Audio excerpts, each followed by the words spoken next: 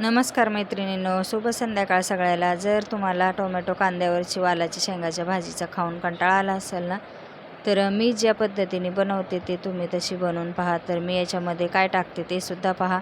संध्याकाळची वेळ आहे, तर आता वरण भात लावून घेते आणि त्याच्यासोबत ही वालाची शेंगाची भाजी करणार आहे। तर एवढी भारी लागते आणि खूप टेस्टी लागते। कमी साहित्यामध्ये कमी वेळामध्ये बनवायला पण सोपी। कुठलाही मसाला वगैरे याला वाटायची गरज नाही किंवा कांदा टोमॅटोसुद्धा टाकायची गरज नाही। आता मी फोडणीला टाकून घेते आणि त्याच्यानंतर चॅनलला तुम्ही जर सबस्क्राईब केलं नसेल तर करून घ्या, लाईकसुद्धा करत जा।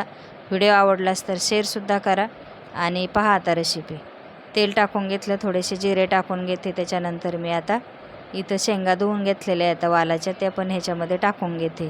शेंगा टाकल्याच्यानंतर त्याच्यामध्ये आता थोडंसं मी हळद टाकून घेतलं, लाल तिखट टाकलं आणि लाल तिखटामध्ये काय टाकलेलं आहे तर त्याच्यामध्ये जिरे लसूण वाटलेले आहे।